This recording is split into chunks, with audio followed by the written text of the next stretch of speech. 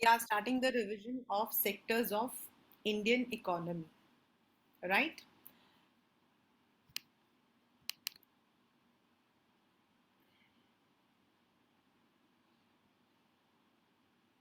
Now, when we start the chapter, the very first thing is since ninth standard हम लोग पढ़ रहे हैं इकोनॉमिक्स, मतलब एज अ टर्म इकोनॉमिक्स हमने उसे नाइन्थ में समझने की कोशिश की.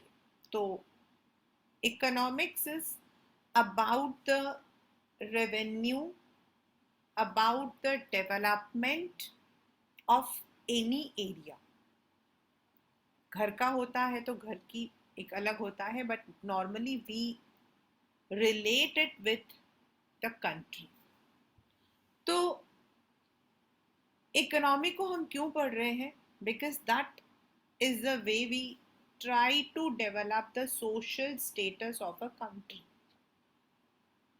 एंड ऑल दीज डेटा जो कि employment, unemployment, census, anything which is related to the population, to the literacy, education, health, anything, we get all these data from the government banks.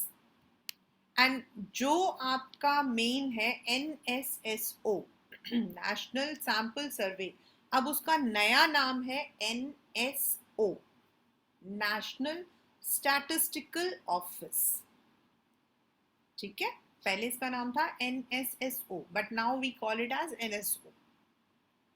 तो दे आर द वन जो वो हमें सारे के सारे they give us the information about the people, where they are working, what is the status of the unemployment, what is it. तो ये सारा का सारा जो है we come to know, and with that we try to find how the economy of our country is performing.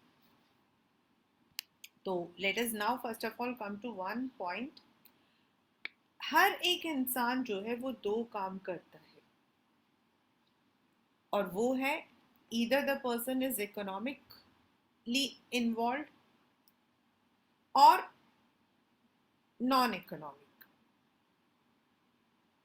Now non-economic मतलब when we are sitting in our home doing some hobby. आप अगर अपने लिए drawing कर रहे हो तो that is a non-economic activity. But if you are selling that drawing, painting and earning your livelihood, then that becomes an economic activity. And economic activities क्यों? Because that would be adding to the overall GDP, overall revenue of a country. So that is why we focus on economic activities that take place in a country. Now let us come to all the activities that are there in any country. The economic activities are divided into three. First, the primary. Second, the secondary. And third, the tertiary. Why do we call it as primary, secondary and tertiary? क्योंकि primary होता है which is the base, secondary which comes to the second, and tertiary is where you are having the help, assistance. In the primary sector, which is also called as agriculture and related structure, we exploit the nature, यानी कि हम nature से चीज़ों को derive करते हैं and we use it. It can be a direct use or it can be used as an intermediary for secondary. जहाँ हम डायरेक्ट यूज कर रहे हैं, डायरेक्टली हम चीज़ों को नेचर से ले रहे हैं, that can B mining, that can B forestry, that can B dairy farming और एग्रीकल्चर, फिशिंग. ये सब आपके जो है प्राइमरी में आ जाते हैं. ये आपका क्लासिफिकेशन में भी आ सकता है बच्चे. Secondary the natural resources which we have got in form of agro or we have got in form of minerals, उसको हम convert कर रहे हैं to some finished goods. Like using the coal, we are producing electricity. Using the forest products, we are producing medicines. Timber से हम furniture बना रहे हैं, तो वो सारा आपका जो है सेकेंडरी में आ जाता है. Secondary is also said as industrial sector because आपका वही सेक्टर है जिसमें आपकी मोर एंड मोर इंडस्ट्रीज आती है. Now the third one is tertiary. अगर आप देखो एनी कंट्री, आज अगर हम कहते हैं this country is developed, this area is developed, तो that is only because the service sector has been developed. And service sector का मतलब हो जाता है जो आपका ट्रांसपोर्ट है या फिर इंश्योरेंस है, टीचिंग है, हेल्थ है, everything comes under service because they are not producing the goods but they give the services or they assist in the primary and secondary sector. या तो वो जो है हमें सर्विसेज देते हैं, लाइक आपका health is a service sector, education is a service sector, banking, insurance, they help the first and second sector to deal with the finance, to deal with the transport. और अगर हमारा service sector अच्छा है, अगर हमारा tertiary sector अच्छा है, तो then what will happen is हमारे जो पहले दो सेक्टर्स है ना, उनको भी इंप्रूवमेंट मिलती है. अब हमने सबसे ऊपर पढ़ा था that we add the economic activities, the revenue to the GDP. तो कैसे हम act करते हैं? On a larger ground, not on a short ground, but on a larger ground, हम क्या करते हैं? जितने भी हमारे फर्स्ट 3 सेक्टर्स हैं, उनमें से जो भी आपका रेवेन्यू आता है विद इन अ कंट्री, क्योंकि there are different aspects of counting the development which you will be studying in your later classes, not in 10th standard. तो जीडीपी का मतलब है ग्रॉस डोमेस्टिक प्रोडक्ट. इसके अंदर आपके वो प्रोडक्ट भी होते हैं जो हम बाहर कंट्री से बाहर प्रोड्यूस कर रहे हैं, बाहर भेज रहे हैं, तो we are not calculating that. The final goods, यानी कि फाइनल का मतलब होता है the goods which go to the consumer, जो लास्ट में कंज्यूम हो गया, उसके बाद वो खत्म हो गया है, तो उनके वैल्यू को हम काउंट करते. आपके पेपर में क्वेश्चन आता why only final goods. So let us come to chocolate. Now chocolate, I am not a chocolate maker. Chocolate किससे बनता है? आपका cocoa, butter, milk, sugar, added preservatives, मतलब इनमें बहुत सारी चीजें आपकी ऐड ऑन होती है ना. तो now when the chocolate is made, तो जो मैन्युफैक्चरर होगा वो एक जगह से दूध खरीदेगा, दूसरी जगह से चीनी खरीदेगा, तीसरी जगह से कोको खरीदेगा, एंड देन वो अपने लेबर्स को यूज करेगा एंड वो चॉकलेट को बनाएगा. तो when he is buying all those, तो जब वो अपनी फाइनल प्राइस लगाता है कि ये चॉकलेट 25 रुपए का आएगा, 50 का आएगा. I am very sorry, I am very poor in chocolate because I don't eat, तो I am poor in that. मुझे तो बच्चे देकर जाते हैं and that too I give it to my next बच्चेस. तो जो भी हमारा कॉस्ट होता है, say it is of 100 rupees, 50 rupees, जितने का भी होता है, व्हाट वी डू इज वो जो 50 रुपीज हम पे कर रहे हैं ना, उसमें दूध की भी कीमत है, कोको की भी कीमत है, उसके अंदर जो वेजेस वर्कर्स ने लगाए उसकी भी कीमत है. So already that final goods comprise of all the value of the intermediary goods. अगर हम मतलब कि हम क्या करते हैं, सबसे पहले हम जाते हैं चॉकलेट मैन्युफैक्चरिंग कंपनी. अब चॉकलेट मैन्युफैक्चरिंग कंपनी से हम उनके डेटास को ले रहे हैं. ओके, 50 रुपीज, इस मतलब कि फैक्ट्री ने 50 रुपीज कॉन्ट्रीब्यूट किया टूवर्ड्स जीडीपी. तो now from where they are getting all those, हम अगर हम उनकी भी काउंटिंग करने लग जाएंगे ना, तो that will be double count. So we only add those goods which are sold in the market as final goods. अब वो final goods can be a sugar cane, a final goods can be the sugar, और the final goods can be the sweets. जब हम sugar cane को directly consumer खरीद रहा है तो शुगर केन की कीमत है, लेकिन अगर हम चीनी को खरीदते हैं तो उसमें सिर्फ चीनी की कीमत होती है, उसके अंदर हम शुगर केन की कीमत को नहीं ऐड कर रहे. और if it is the sweets, sweets के अंदर दूध भी होगा, मैदा भी होगा और चीनी भी होगी, तो उसमें हम शुगर केन और शुगर की कीमत ऐड नहीं कर रहे. दैट इज वॉट वी से फाइनल गुड्स. आपको इतना लंबा नहीं जाना है, जो मैंने लिखा ब्लू में उसको आपको उतना ही याद करना है. The value of final goods include the value of intermediary goods also. And if we हम intermediary goods को भी count करेंगे तो that would become double count. दो बार काउंट करोगे तो इसका मतलब दो जगह से हमारी इनकम आई है, बट इनकम तो हमें एक ही जगह से मिला है. Now, for the past few years, if we look into the history of the economics of the world, we will find there has been some changes in the sectors. सबसे पहले मैंने आपको कहा था कि there are three sectors, primary, secondary and tertiary. किसी भी country का आप अगर इनिशियल सिविलाइजेशन देखोगे तो it was only primary. Primary में भी सिर्फ एग्रीकल्चर था. लोग अपने घरों के बाहर एग्रीकल्चर मतलब कि फील्ड रखते थे. They would be using the subsistence farming. अपने लिए उनको जितना चाहिए वो उतना लेते थे. देन द बार्टर सिस्टम के. बट जब आपके फैक्ट्रीज आने लगी and people found the technology कि हम इन प्राइमरी गुड्स को we can change into different areas, तो आपका सेकेंडरी सेक्टर बहुत इंप्रूव हुआ. बट अब सेकेंडरी सेक्टर कितना इंप्रूव हुआ था? फॉर एग्जाम्पल, हमारा जो पहले जो हमारे फैक्ट्रीज थे देवर इन लीड्स एंड मैनचेस्टर.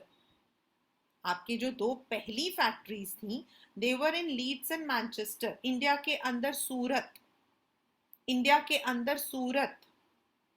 तो अब सूरत में जो चीज बनती थी that was not available in Odisha, that was not available in Bihar.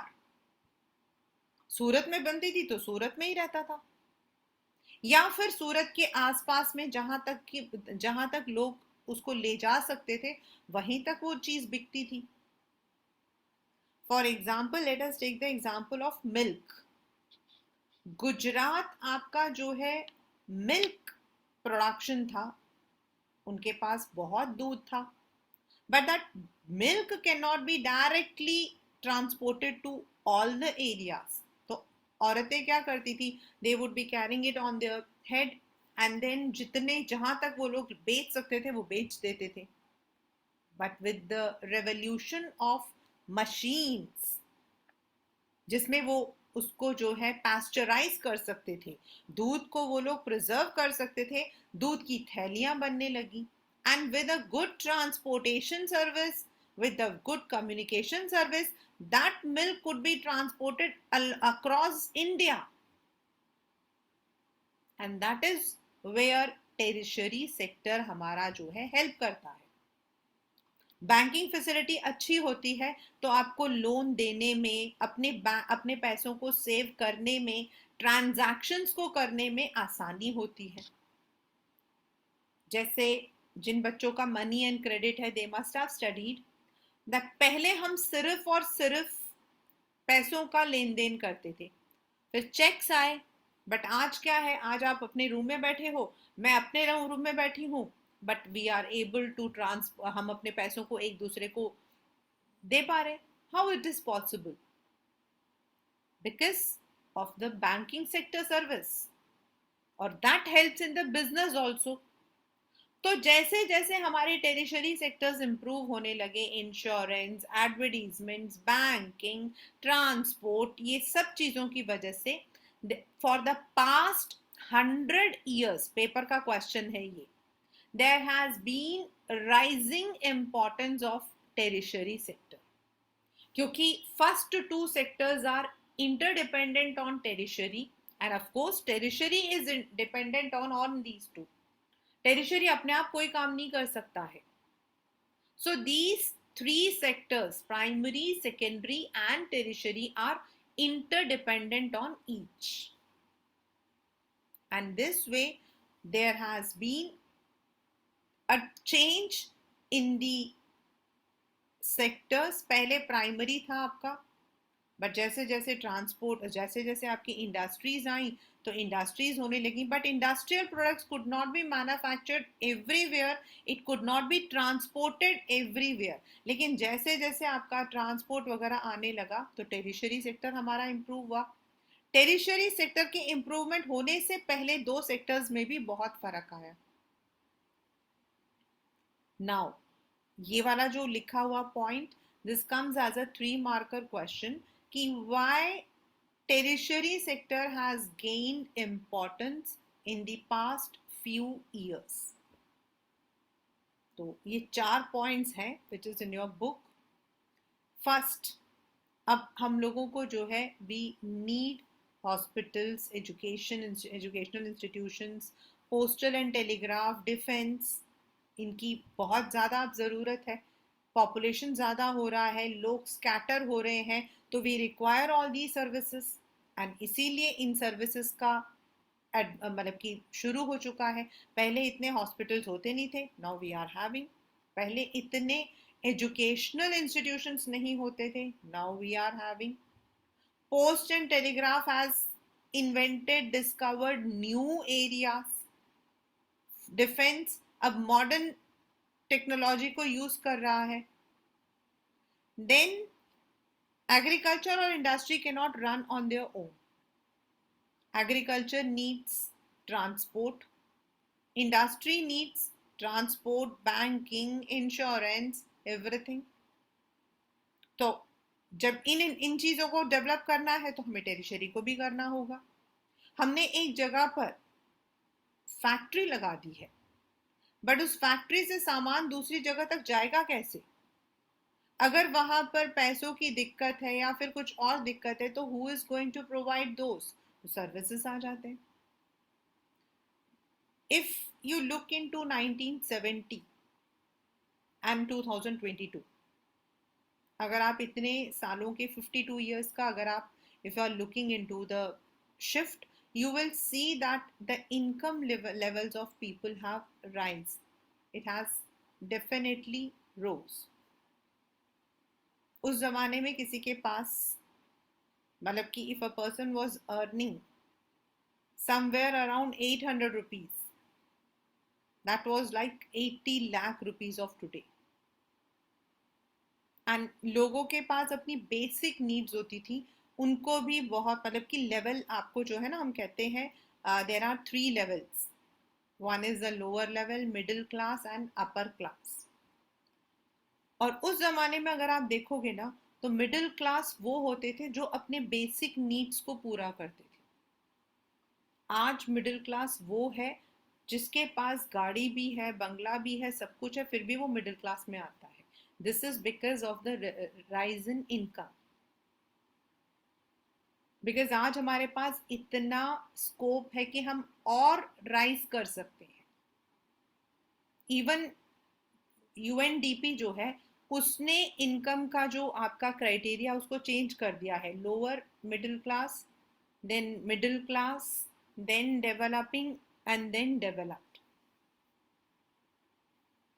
So we need more services. Now people want to move ahead. They want to go abroad for trips. They want to go out of station for weekends. They want to eat outside. They want good schools for their children.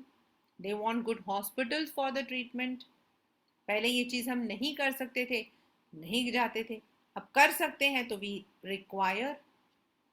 Then some new services based on IT, इनका भी मतलब कि इनकी वजह से भी there has been lots of changes. Today sitting at your computer, sitting at your home, you can book a ticket, you can buy a book.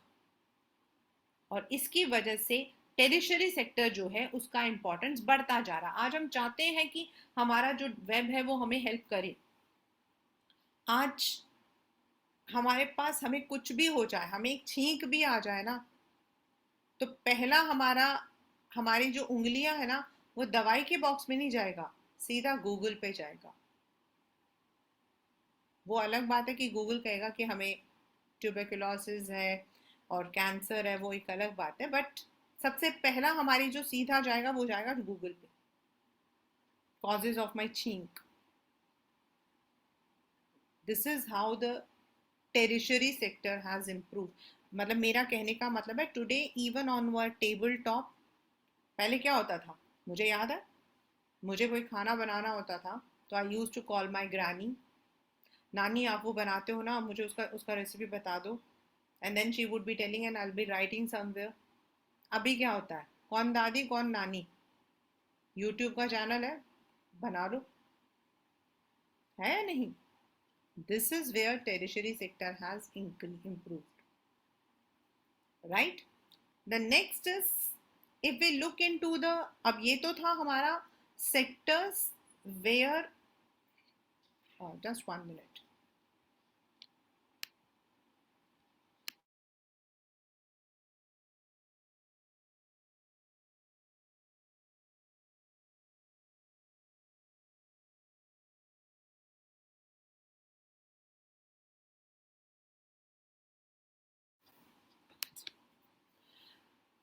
This is what they produce.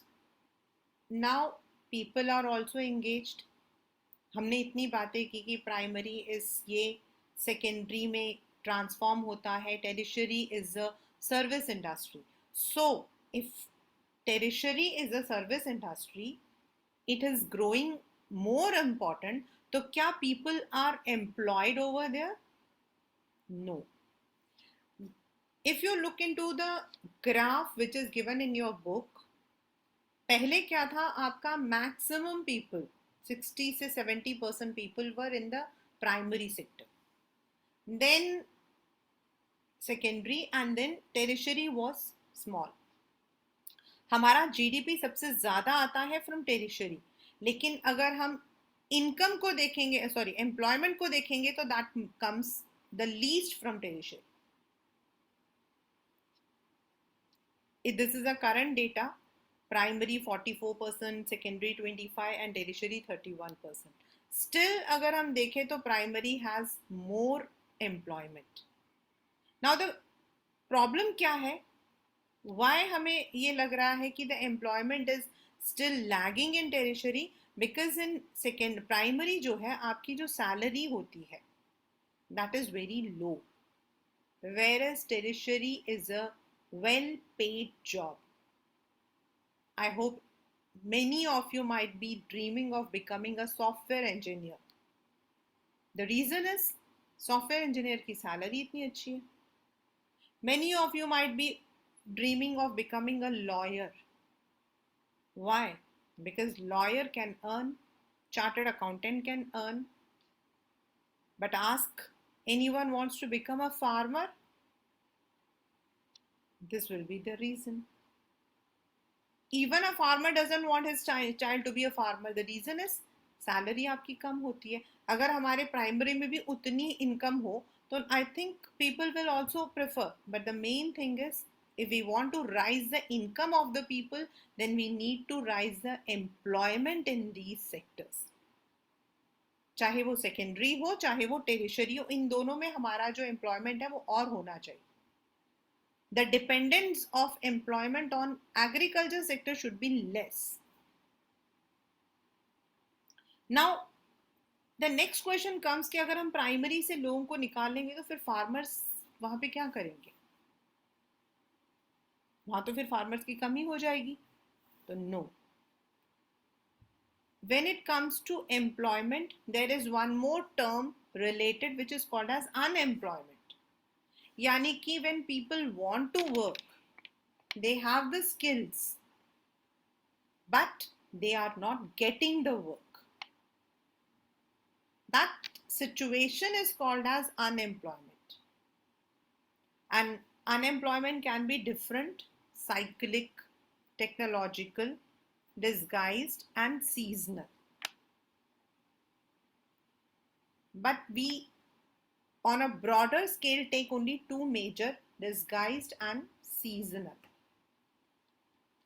In agriculture, the people are underemployed. उनको जितना देना होता, जितनी चाहिए होता, उतना उनको पैसा नहीं मिलता. एंड इन एग्रीकल्चर, जैसे इसमें लिखा हुआ 44% people are working in agriculture, but the agriculture does not need 44% people.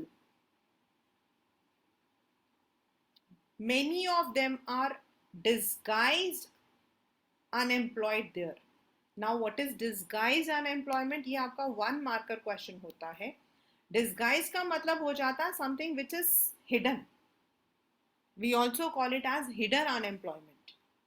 Means on the overall, on the face, आपको लगेगा that the person is employed, the person is doing some work.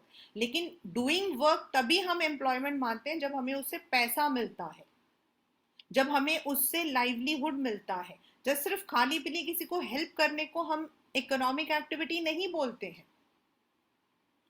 So in the agriculture sector, what happens is you may find 100 people working in a farm, which may require only 60 people.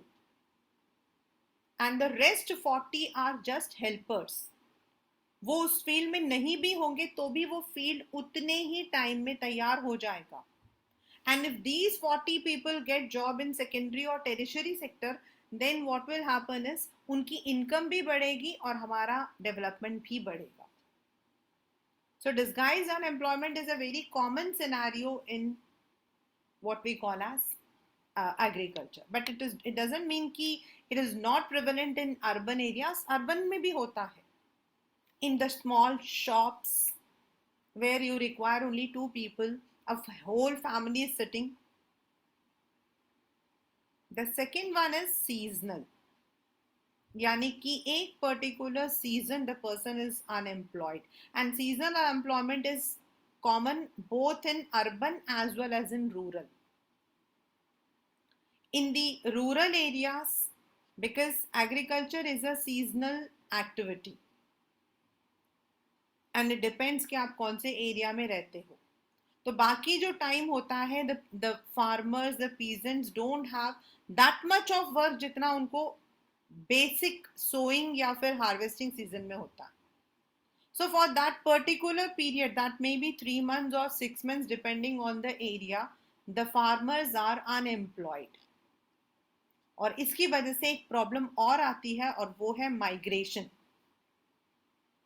Why? Because when they are sitting idle and they don't have the income, they migrate to the nearby towns and cities. आपका बॉम्बे कैसे बना? Same. Delhi कैसे बना? Same. Delhi में आपके अपने original ethnic population कौन है? कोई भी नहीं है. Delhi is a mixture of the entire migrants. तो seasonal unemployment leads to many other problems. It can lead to the problem of migration. In the urban area, when government is having the projects, then definitely people are working. But if due to certain factors the construction या फिर manufacturing has been stopped, तो उस वक्त में ये जो labours होते हैं, ये जो वर्कर्स होते हैं, they become unemployed.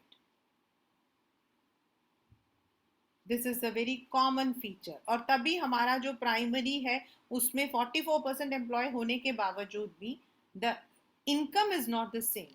We can remove easily 14 to 15% को हम रिमूव कर सकते हैं अगर हमारा सेकेंडरी और टेरिशरी और अच्छा हो तो. Now the question comes, how to create employment. मतलब आपके पेपर में ऐसा सीधा क्वेश्चन तो नहीं आएगा. What steps can be taken to create employment? हमारे यहाँ पर फर्स्ट मैंने बताया था आपको, NSO, National Statistic Organization, collects the data from all the villages, from the block level, from the mandal level, from the zilla level, from the rural areas, from the urban areas, and then they compile it. And there is one more commission called the Planning Commission. In 2014 this Planning Commission को change कर दिया गया था और इसका नया नाम है नीति आयोग. तो ये करते हैं काम जिसके चेयरपर्सन आपके प्राइम मिनिस्टर नरेंद्र मोदी हैं. He is the ex officio chairperson of NITI Aayog. And अगर आप नीति आयोग का साइट पढ़ोगे तो you will see make in India, startup India, ये जितने भी आपके स्कीम्स आए ना, ये सब नीति आयोग के अंडर है. जो women employment scheme, Arogyam scheme, ये सब. तो how can we create more employment if government is able to develop more banks? हमारे यहाँ पर रूरल एरियाज में अगर आप जाओगे तो you will not find any ATM, you will not find any banks, you will not find any financial institutions. अगर हम इनको उन एरियाज में डेवलप करेंगे तो दो चीजें एक साथ होंगी. दो चीजें एक साथ होंगी. क्या? अगर बैंक्स होंगी तो लोकल जो लोग होंगे वो अपने सेविंग्स को डालेंगे. अगर उनको लोन चाहिए होगा तो बैंक उनको लोन प्रोवाइड करेगी. जैसे गांव के अंदर लोगों को इरिगेशन के लिए, सीड्स के लिए, छोटे मोटे चीज़ों के लिए लोन्स चाहिए, तो अगर फाइनेंशियल इंस्टीट्यूशंस और बैंक होगी तो वो उनको सपोर्ट करेगा, तो हमारा एग्रीकल्चरल सेक्टर भी बढ़ेगा. अब मान लो एक आदमी है, उसके पास ज़मीन तो है लेकिन इरिगेशन के लिए पानी नहीं है. ठीक है. इफ बैंक वहां पर है and it is giving loan to that man, तो वो अपने उस फील्ड को इरिगेट करेगा, उसमें वो 3-4 लोगों को नौकरी पे रख सकता है. So that means the employment has been generated. Secondly, जो लोग बैंक्स में काम करते हैं, फाइनेंशियल इंस्टीट्यूशंस में काम करते हैं, उनको भी जॉब मिल रही है. तो दो तरीके से आपका जॉब एम्प्लॉयमेंट जनरेट हो गया. Then the states are not interconnected.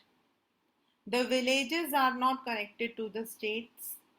If government is investing money in transportation, roads, तो चीज़ों का आना जाना, अब जो ट्रांसपोर्ट के लिए काम करेगा उसको भी एम्प्लॉयमेंट मिल रही है, जो रोड्स बनाएंगे उनको भी एम्प्लॉयमेंट मिल रही है. ओपनिंग कोल्ड स्टोरेज, ऐसे बड़े सारा हमारे प्रोडक्ट्स होते हैं विच में पेरिश, ख़त्म हो जाए, ख़राब हो जाए. अगर आप कोल्ड स्टोरेज वेयर हाउस करते हो तो सामान को आप जो हो you can preserve them. And of course when you are opening something तो you are going to also generate employment in that area. Setting up the industries, the government is doing this under the MSME Act, that is Micro Small Medium Enterprise Act. The government is giving the importance to small industries. But अगर government ज़्यादा से ज़्यादा industries हमारी करती है, agriculture के input को भी हम चेंज कर सकते हैं. जो वेस्ट हो जाते हैं हमारे पास में, मिलियन टन्स हमारे यहाँ वेस्ट होता है, that can be used. Tourism and education, according to Niti Aayog, tourism सिर्फ आपके जो है lakhs of jobs, 30 lakh job जो है वो दे सकता है.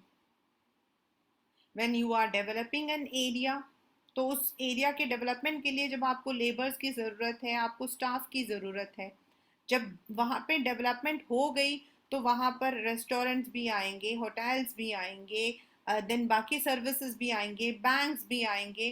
तो you are setting up.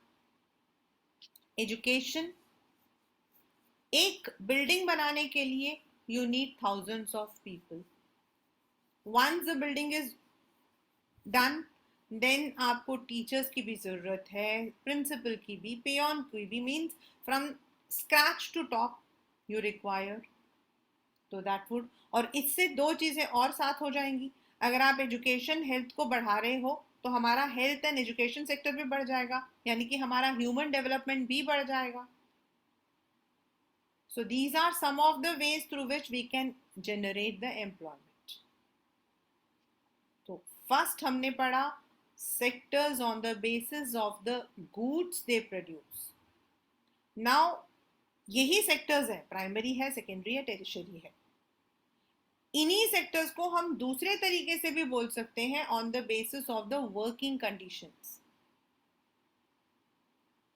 Primary आपका डिसऑर्गेनाइज्ड या अनऑर्गेनाइज में आ जाता है, और सेकेंडरी आपका दोनों में आ जाता है। ऑर्गेनाइज में भी आपके मैन्युफैक्चरिंग सेक्टर्स हैं और डिसऑर्गेनाइज में भी है। टेरिशरी मोर और लेस आपका ऑर्गेनाइज में ही आ जाता है, ट्रांसपोर्ट आपका डिसऑर्गेनाइज आता है। Now what is the meaning of organised? Means हर तरीके से it has been set up in a proper manner, यानी first the sector where terms of employment are given. भाई आप कितने टाइम काम करोगे? According to the factory law a person is suppose to work only for 8 hours, और उसके बाद अगर वो काम करता तो उसको ओवर टाइम देना चाहिए। Then it is registered with the government authority. Like आपका जो छोटे छोटे कंपनीज, मतलब छोटे छोटे जो ऑर्गेनाइजेशंस होते हैं, वो MSMED के एक्ट के अंडर आते हैं, कुछ पार्टनरशिप एक्ट के अंडर आते हैं, कुछ कोऑपरेटिव सोसाइटी एक्ट के अंदर आते हैं, कुछ आपकी कंपनी एक्ट के अंडर आते हैं। They have to follow the minimum law related to their sectors, company act, company law, labour law, उनको फॉलो करना पड़ता है। The people who are working in that, they get paid leaves. अगर उनको छुट्टी पे जाना होता, अब इंसान है, बीमार भी पड़ेगा, शादी में भी जाएगा, घूमने भी जाएगा, सो द पर्सन अगर उसको उस चीज़ के लिए नौकरी से निकाल दिया जाए तो वो कैसे कर सकता है? So there are rules regarding the leaves, holidays proper. आपकी अगर आपके जो है फेस्टिवल्स हैं तो आपको हॉलीडेज मिलते हैं। You get PPF। PPF मतलब आपको provident fund when you are working in a company, तो दैट इज अ मस्ट। आपका जो है वो एक ज़रूरी है according to the company law. So you are getting PPF, you are getting gratuity, मतलब आप जब नौकरी छोड़ते हो तो आपको जो है पैसा मिलता है, पेंशन मिलता है। So these are all the features of organised sector. Whereas in a disorganized or unorganized sector, there are no terms on condition. जब उनका मन किया उन्होंने नौकरी पे रख लिया, जब उनका मन किया उन्होंने नौकरी से आपको हटा दिया। They are not registered under any institution, किसी भी इंस्टीट्यूशन में नहीं होते। दे आर जस्ट छोटे छोटे आपके शॉप्स हैं, जो आपके ठेले वाले हैं, वो किस में आएंगे आपके? They don't come under any sector, उनके कोई लॉ थोड़ी है। Lots of exploitation is there. If you see, they are exploited in terms of work, in terms of payment. There is no holiday. उनके लिए कोई छुट्टी नहीं होती है, उनके लिए कोई ग्रेचुटी नहीं होती है। ओनली द जो बहुत इंपॉर्टेंट हुआ तो फेस्टिवल्स में उनको छुट्टी मिलता है। तो दिस इज देयर। तो now the question may come, आपके उसमें पेपर में आ सकता है कि how can we protect these people who are working in the disorganised sectors. जो डिसऑर्गेनाइज्ड सेक्टर में काम करते हैं, हम उनकी कंडीशन को कैसे इम्प्रूव कर सकते हैं? So we can improve their condition by, first, the government needs to make law. क्योंकि हमारे यहाँ पर अभी बहुत सारे स्मॉल स्केल इंडस्ट्रीज हैं, जो घरों में इंडस्ट्रीज हैं। I am not talking about those which are registered, I am talking about those industries which are not registered. तो you have, first of all the government needs to see them कि उनको भी हम इस बार अभी I was reading an article तो in the my govern, तो it was said that these जो छोटे छोटे फैक्ट्रीज हैं उनको भी जल्दी से ऑर्गेनाइज सेक्टर में ले आएंगे। उससे फ़ायदा ये होगा कि जो लोग उसमें काम करते हैं उन पे एक्सप्लॉयटेशन आपका कम हो जाता है। So that can be there. Secondly, government facilities जो मैंने अभी आपको ऊपर बताया था, बैंक, स्टोरेज, अगर ये फैसिलिटीज़ आपके गांव में होगा तो डेफिनेटली आप जो हो अनऑर्गेनाइज सेक्टर में लोग काम नहीं करेंगे, they would also try to work.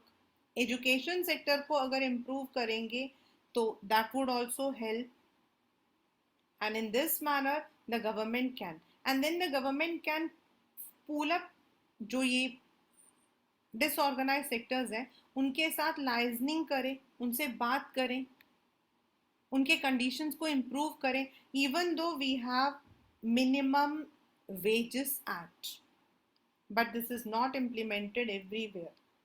हमारे यहाँ पर है minimum wages act, but it's not. So there needs to be more follow-up, penalty. This is one of the important question of paper. Globalization में सेम एक ऐसा है, आप उसके और इसके पॉइंट्स को यूज कर सकते हो to give an overall answer.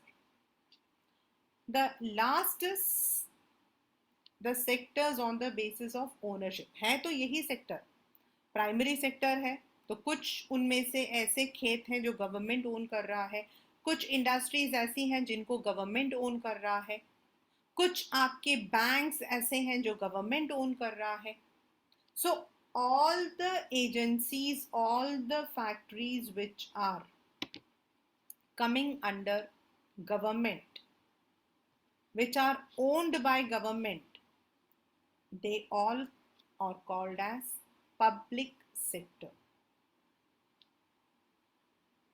Whereas all those which are owned by group of people, a single person, anyone, sole proprietor, partnership, मतलब हो सकता है कि कोई एक इंसान ओन कर रहा हो, बहुत सारे इंडिया में scattered है, scattered, they all come under private.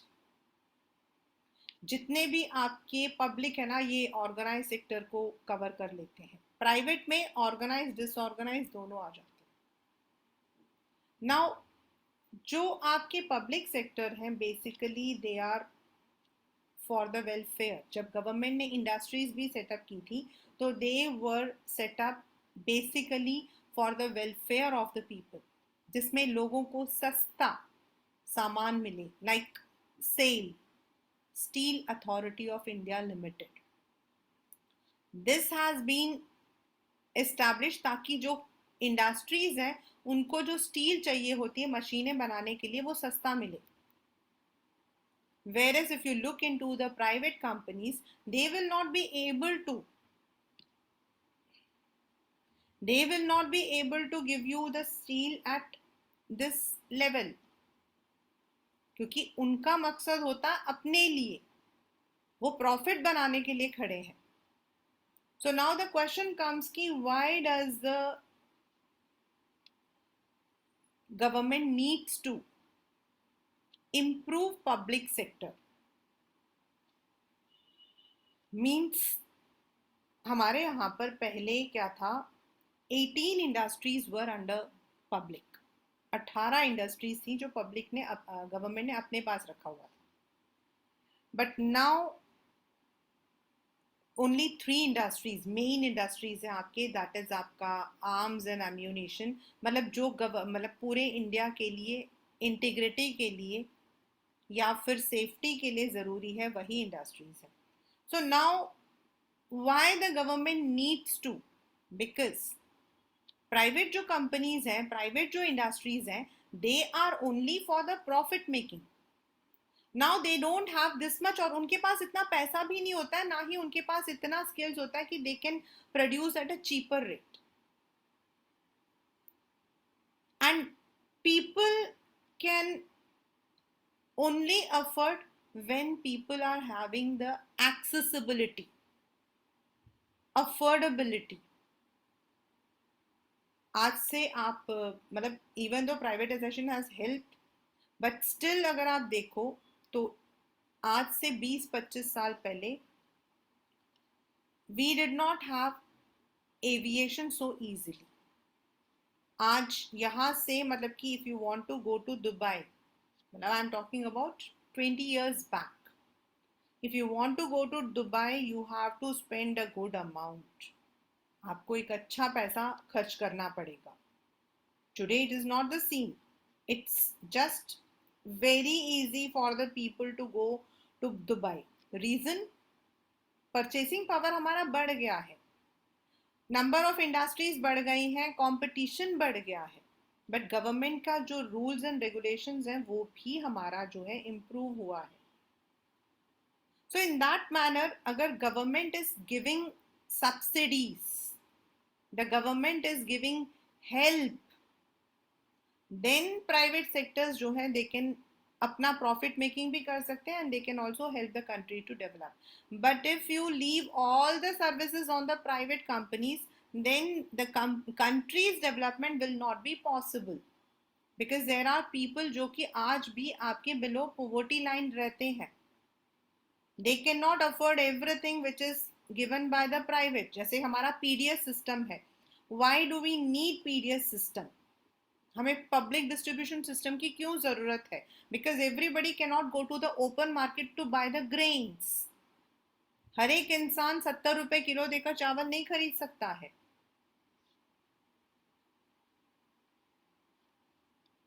So they need money, they need the grains at a lower rate.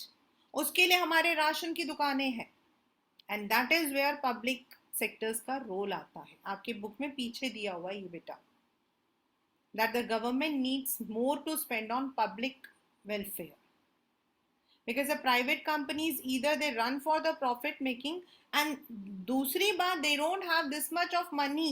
अब हमारा देश इतना बड़ा है तो मतलब कि 5 या 6 इंडस्ट्रीज जो बड़ी बड़ी हैं, they cannot take the risk and they cannot take the responsibility for everyone. So the government has to look into these areas.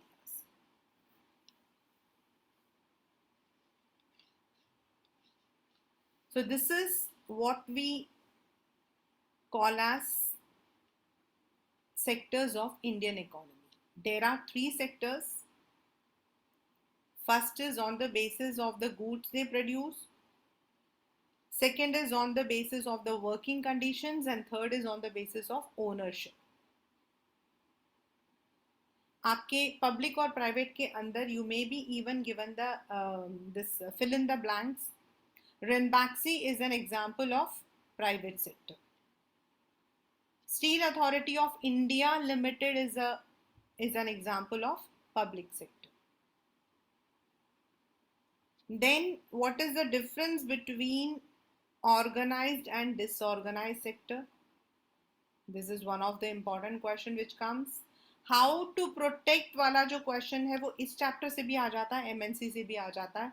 So then what are the different ways to create employment? That is आपका this one. See, for the employment, the government is having right to work, and under right to work we have the what we call as NREGA, Mahatma Gandhi Rural Employment Guarantee Act. So under that the government has given some importance. उन्होंने क्या किया है, अगर आप अपने ग्राम सभा में, this is only the rural area में, not in the urban, तो if you have registered yourselves with the ग्राम सभा, then and उस particular district में 150 districts हैं, but it has been said कि वो 600 districts में जाएगा. उस district में अगर नरेगा implemented है तो गवर्नमेंट अगर कोई भी प्रोजेक्ट वहां शुरू करती है तो 100 days guaranteed employment is given to that area, to that people. 1/3 of the employment is reserved for the women. जो जॉब होती है वो 15 किलोमीटर्स के रेडियस में होती है. So in this manner the government tries to protect the workers by not migrating, by providing them guaranteed employment. And if the government is not able to produce, then wage allowance is given to these people. So government ne under right to work, why is NREGA called as right to work? क्योंकि under right to work every person has the work, मतलब कि काम करने का हर एक के पास पूरा right है. Nobody who is a major can be denied of this right. So why Narega is called? क्योंकि under this at least the government is giving them 100 days guaranteed employment. They are given the opportunity to work. That is why Narega is called as right to work. तो government ने try किया है, plus the government can try to create employment through these areas. Then आपके में why tertiary sector has been gaining importance for the past 100 years, ये वाला आ सकता है. ये चारों पॉइंट आपको लिखना है. Then एक मार्क्स में आता है कि why do we take final goods not, तो डबल काउंट आपको लिखना है. देन ये वाला जो क्वेश्चन है बहुत ही कॉमन क्वेश्चन है. That is classifying economic activities on the basis of goods produce primary secondary and tertiary. This one of the easiest वाले जो इजी क्वेश्चन आते हैं ना उनमें ही आता है. This is what we call as sectors of Indian economy.